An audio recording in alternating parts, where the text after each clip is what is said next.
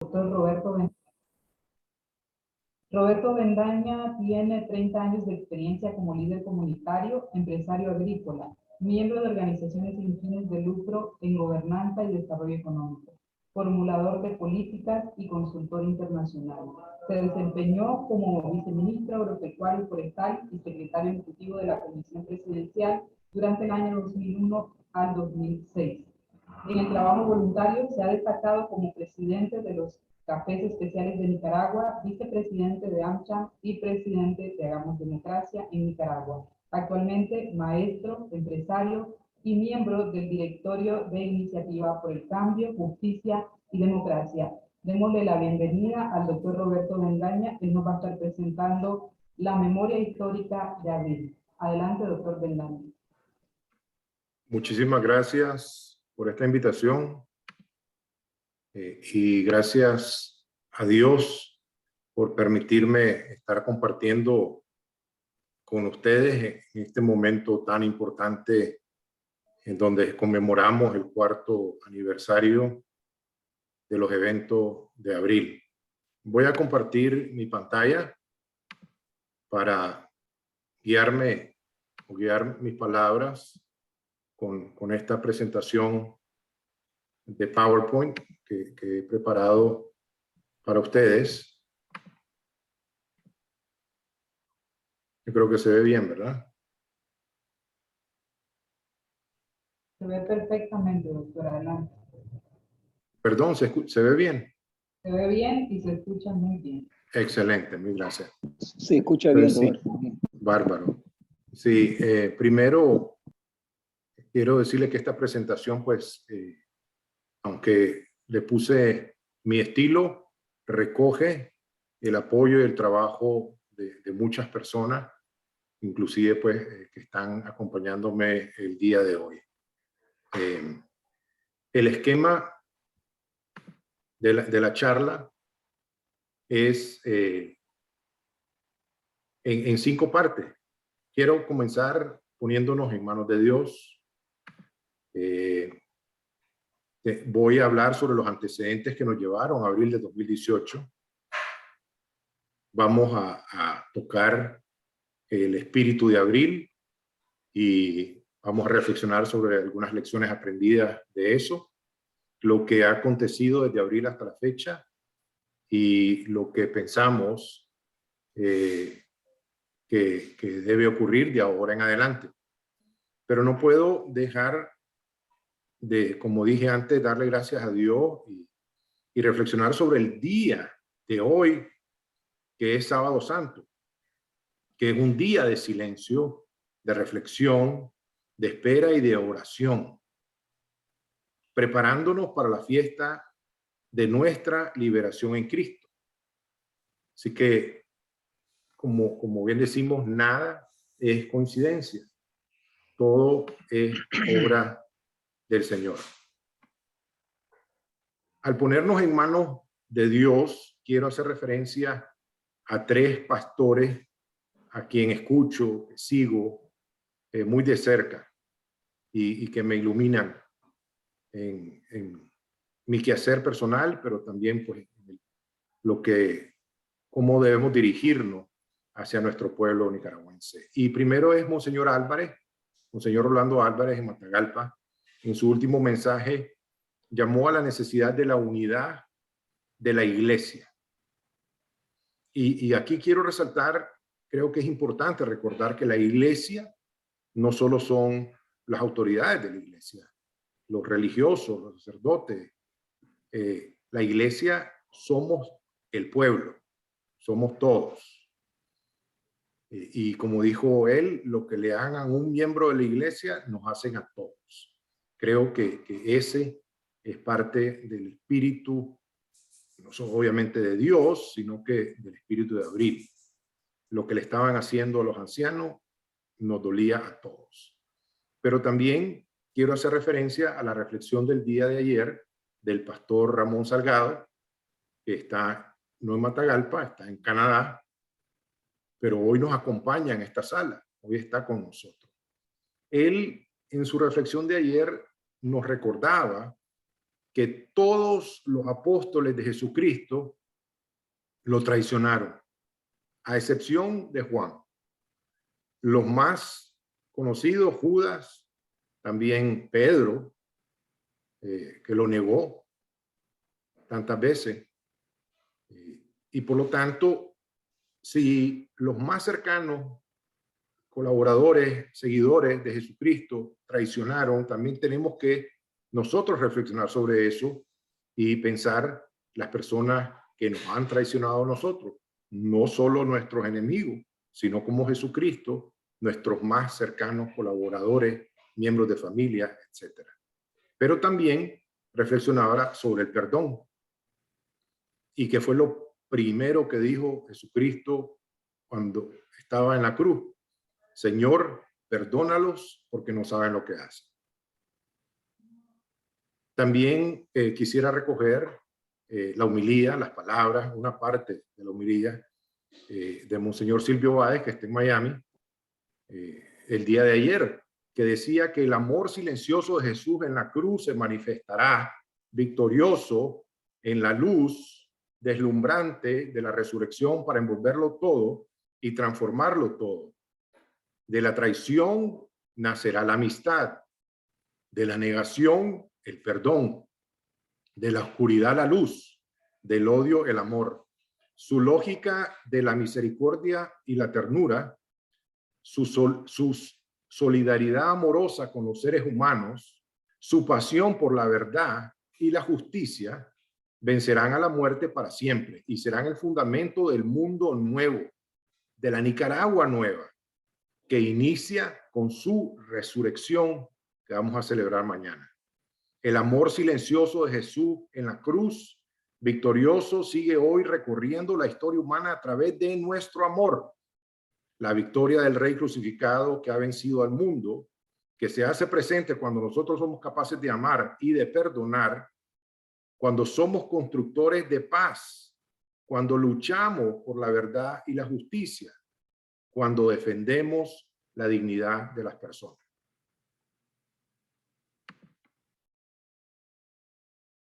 Los antecedentes hacia abril. Creo que es importante remontarnos a más de 40 años. Hoy en día estamos hablando de liderazgo colectivo, de vocería. Algunos hablamos de gobierno de transición y pues no podemos dejar de recordar la Junta de Gobierno de 1979, pero lo que se realizó en pocos meses, que fue la traición a la revolución, la traición a la Junta, al pueblo, a la comunidad internacional. El FSLN, un grupo armado, apoyado por Cuba, que tenía las armas, eran 3 de los 5 miembros de la Junta, tomaron el poder y el control. Aquí es importante, sí, y lo recojo en el libro de Enrique Bolaños, que se titula La lucha por el poder, que Violeta Chamorro y Alfonso Robelo en ese tiempo le sugirieron que se dejaran acompañar por 2 miembros más en la Junta, pero ellos se negaron y dijeron que no era necesario, no hubieron la amenaza. Entonces aquí creo que eso es una lección aprendida que tenemos que ver y utilizar hacia el futuro. También en los años 80 ya el crimen organizado, específicamente Pablo Escobar, estaba incursionando en política. No solo quería ser diputado de Colombia, sino que ya estaba exportando o llevando sus pretensiones a otras partes fuera de Colombia. Los acuerdos de paz a finales de los 80, después de una guerra en donde la resistencia nicaragüense, el pueblo nicaragüense se armó para recuperar la democracia que nos habían prometido, llevó, ¿verdad?, en ese acuerdo que se dieran elecciones libres, justas y transparentes del 90. Ya una vez instaurada doña Violeta, en el 94 se inició el Acuerdo de Libre Comercio de las Américas, liderado por Estados Unidos, pero por otro lado Recuerdo, porque participé en alguna de esas reuniones, cómo había una rivalidad entre Brasil y México en aquellos tiempos. Al final, en el 2001, se dio el ataque a las Torres Gemelas y no se pudo concluir ese acuerdo de libre comercio. Más bien saben pues que ahora lo que hay es un NAFTA, lo que hay es un CAFTA, pero ese continente o ese acuerdo en todo el continente pues no se pudo lograr. Pero sí, también en los 15 años de democracia, de libertad, Daniel Ortega prometió gobernar desde abajo. Ahora, tampoco podemos ver para un lado y obviar la corrupción que también se dio, sobre todo más pronunciado en el gobierno de Arnoldo Alemán. También ya en el gobierno de Enrique Bolaños se comenzó el acuerdo Petrocaribe de Hugo Chávez con el Frente Sandinista, pero más específicamente a través de la alcaldía de Managua, con el ingeniero, el alcalde de Managua, Marenco, en ese entonces. Ahora, aquí quiero resaltar también al Foro de Sao Paulo, porque no podemos ver Nicaragua sin el contexto internacional y que ya la intervención, la manipulación, la intromisión de Cuba, Venezuela, de Brasil en ese momento, estaban teniendo en la agenda internacional. Llegó en el 2006 y recuerdo en varias reuniones con amistades y algunos empresarios que la narrativa era darle el beneficio de la duda a Ortega, que ya no era el mismo de los 80. Su esposa Rosario Murillo hizo un buen trabajo en ayudarle con la imagen, en presentar un programa de reconciliación, de amor y paz. Recordamos cómo se ganó, que no se juntaron el último 8% de los votos. Pero bueno, sobre todo los fraudes electorales del 2008 y el 2011 fueron los más graves. En el 2008, para las elecciones municipales, que se robaron el 40% de los municipios, los más importantes, cabeceras departamentales, incluyendo Managua. Y en el 2011, no solo se robaron la presidencia, sino más grave, es más del 30% del control o de la participación del espacio en el Parlamento, en la Asamblea. El Frente Sandinista no ocupaba más del 30% de los curules. Pero en ese fraude, la atención se puso en la presidencia de don Fabio y se obvió y no se defendió los curules, las diputaciones, el control para casualmente cambiar la Constitución y dictar las leyes y tener el control sobre la Asamblea, sobre el Poder Legislativo. Después los fraudes del 2012 y el 2016 tampoco los podemos olvidar. También recordamos claramente la pretensión de la construcción del canal chino. Pretendían venderle el país a un inversionista chino y el surgimiento del movimiento campesino, de los valientes pueblos nicaragüenses dispuestos a defender sus tierras. Pero también con el liderazgo de Ileana Ros-Lehtinen, la congresista de Miami, que fue una campeona en liderar y pasar la ley NICAC, que casualmente condicionaba las inversiones, sobre todo los préstamos de los bancos internacionales, a Nicaragua, hasta que se restaurara el derecho, el respeto no solo al derecho humano, sino al Estado de Derecho. Y pues también todos sabemos que la gota que derramó el vaso fue el incendio a la reserva Indio Maíz y la corrupción en el Instituto Nicaragüense de Seguridad Social. Ustedes conocen mejor que yo lo que ocurrió en el 2008. Yo quiero aquí decirles que para mí el espíritu de abril, como lo dije al principio, es el espíritu de Dios.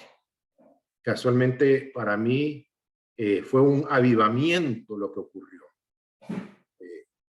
Después de que la gente estaba dormida, nadie se esperaba, nadie lo planeaba, sino que fue la mano de Dios que despertó, iluminó las mentes para que saliera todo el pueblo a protestar.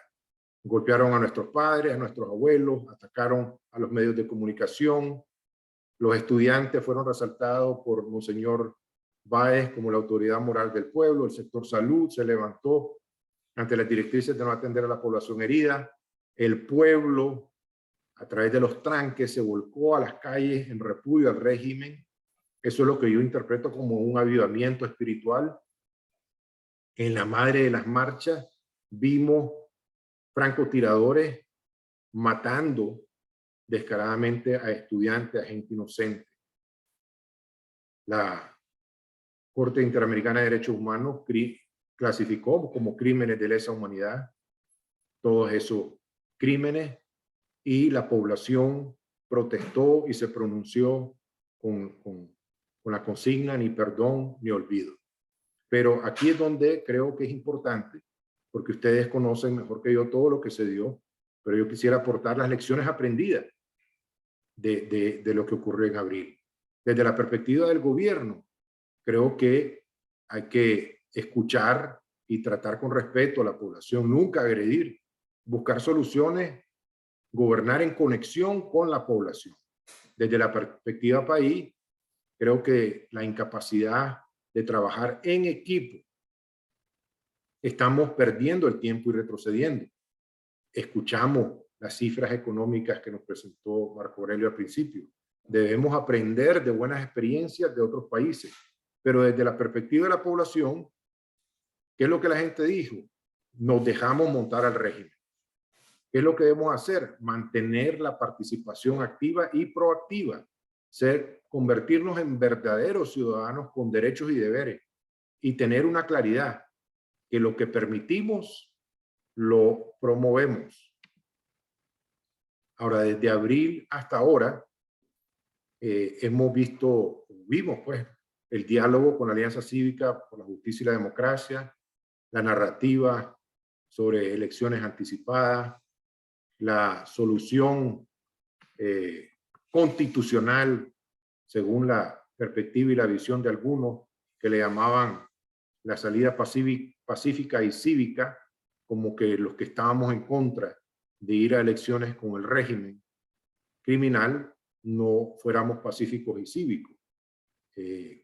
Eso nos llevó pues a las elecciones del 2021. Quiero decirles que ahí personalmente, Iniciativa por el Cambio, clamábamos y protestábamos de que no debíamos de ir a elecciones con un régimen criminal, que no era una salida pacífica y cívica, que nos iban a estar esperando a la vuelta de la esquina para garrotearnos o para carceliarnos, como obviamente lo vimos. Y por lo tanto identificamos y encontramos una herramienta que se llama responsabilidad de proteger, el R2P, el R2P en inglés, la Responsibility to Protect, y es la responsabilidad de la comunidad internacional de evitar los crímenes de lesa humanidad. Y creo que debemos de seguir levantando esa bandera. En el resto vimos pues que se formó la coalición nacional con el espíritu de unirse, que el C por L al final pues no lo permitió, se dieron candidatos a la presidencia, una campaña electoral asediada, al final los candidatos terminaron presos, pero nuevamente no podemos dejar de ver la perspectiva internacional y que el Foro de Sao Paulo y el Grupo de Puebla siguen financiando campañas en España, en Perú, en Bolivia, en Argentina, en Chile, Bolivia, ahora Colombia. Pero igual, aquí quiero, de abril para acá, retomar los momentos de división de la oposición, que casualmente, primero, que si se debían integrar partidos políticos o no, eso creó división. Que si se debía participar en las elecciones o no, eso creó división. También hubo división por las candidaturas. Después hubo especulación, si iba a haber un diálogo antes de las elecciones o después de las elecciones, o que si iba a ser con el CONCEP, y siempre se mantuvo la división. Bueno, ahora no tenemos ni elecciones ni diálogo, y entonces hay una nueva división. Creo que debemos preguntarnos qué hacer para ayudar a que tengamos una sola línea. Y para eso quería compartir este mapa, este abanico de organizaciones que hemos identificado en este proceso, y que sí quiero dejar una nota positiva y decirle que a pesar que es un abanico, hay mucho más coincidencia que diferencia. Las diferencias no las consideramos fundamentales, las consideramos de forma, inclusive ni siquiera ideológica, sino que más que todo a veces personales.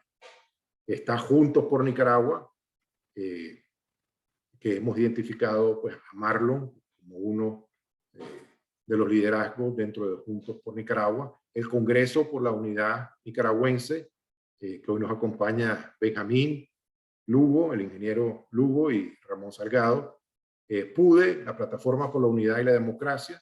El Congreso de Unidad Nicaragüenses Libre, donde está Francisco Lario, también el embajador Montenegro, que nos acompaña hoy. Está la Plataforma de la Concertación de Abril, Nicaragüenses en el Mundo. Esa es una iniciativa personal de Aide Castillo y el doctor Ernesto Medina. También está la plataforma o el proceso de Monteverde en Costa Rica. Ahí hemos identificado a Luciano García, Eliseo Núñez.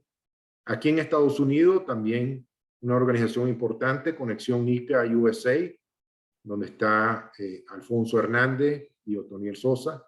En Iniciativa por el Cambio y también el BUC, el Bloque de Unidad Ciudadana, está el ingeniero Wilber Raude. En Iniciativa por el Cambio, Ana Margarita Baunza, que nos acompaña también el día de hoy. Pero por último, quisiera terminar con esta filmina de lo que veo o lo que vemos de ahora en adelante. Sin duda alguna, debemos articularnos a través de un liderazgo colectivo. La mayoría, siento yo, que estamos listos para ya conformarnos en una vocería, para poder responder, y esto es claro, ¿verdad? ¿Para qué nos vamos a unir? ¿Para qué la vocería? ¿Qué quieren los nicaragüenses? Entonces, para eso, obviamente, tenemos que fortalecer las organizaciones territoriales.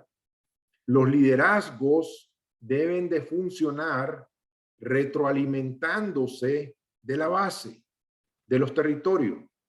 No es que vamos a darle el poder, vamos a darle el mandatos de servirnos. Es con un espíritu de servicio que tienen que juntarse.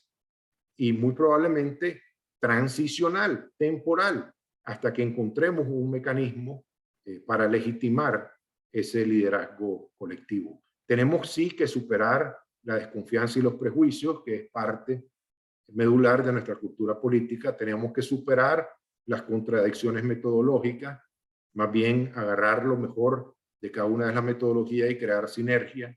Recordar que 1 más 1 es 3, superar los aspectos ideológicos sin perder de vista la agenda, sobre todo internacionales,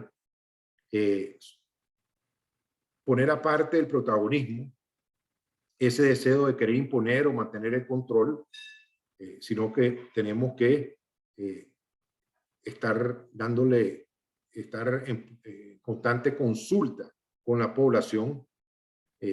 Como Iniciativa por el Cambio, hemos puesto en la mesa un proceso de elecciones virtuales para elegir a ese liderazgo virtual.